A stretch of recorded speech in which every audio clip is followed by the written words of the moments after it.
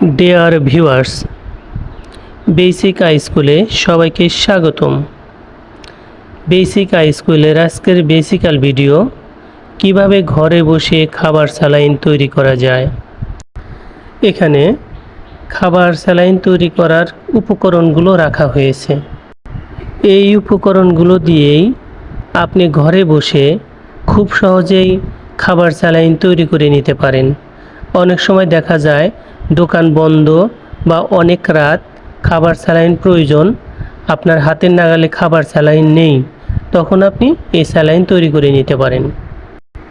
স্যালাইনের উপকরণের মধ্যে এখানে রয়েছে চিনি, যে চিনি আমরা সচরাচর ব্যবহার করি।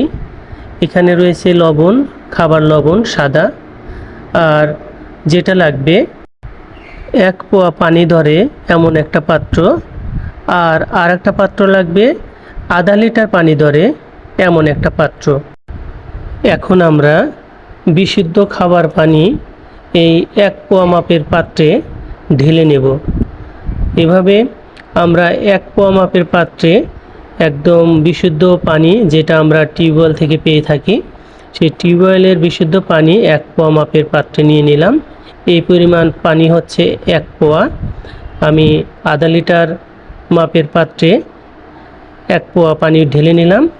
এরপরে আমি আরও 1 পোয়া পানি এখানে নিয়ে নেব, বিশুদ্ধ পানি। আরও 1 পোয়া এখানে আমি আধা লিটার পাত্রে এই 1 পোয়া পানি ঢেলে নিচ্ছি। এখন এই 1 পোয়া মোট আধা লিটার পানির পাত্রে আমি যে কাজটা করব, এখান থেকে 1 মুঠ চিনি নিয়ে এই আধা লিটার মাপের পাত্রে নিয়ে নেব। এভাবে দেখতে পাচ্ছেন 1 মুঠ চিনি এখান থেকে নিয়ে নিলাম। নিয়ে এই পানির ভিতরে চিনিগুলোকে আমরা এভাবে ঢেলে দিলাম।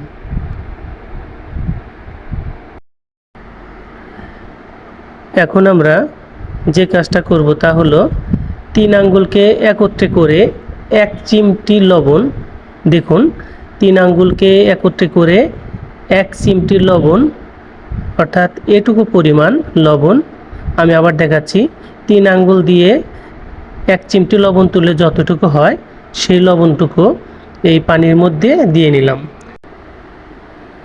এখন একটি চামচ দিয়ে এই পাত্রে থাকা লবণ এবং চিনি এভাবে গুলিয়ে নেব। গুলিয়ে নিলেই আমাদের পানের উপযোগী স্যালাইন তৈরি হয়ে যাবে। এই স্যালাইন দিয়ে আমরা এখন আমাদের যে পানিবাহিত রোগগুলো হয়ে থাকে, ডায়রিয়া, আমাশয় ইত্যাদি রোগের প্রতিকার হিসেবে কাজ করবে। আমরা এভাবে ঘরে বসে খাবার স্যালাইন তৈরি করতে পারি।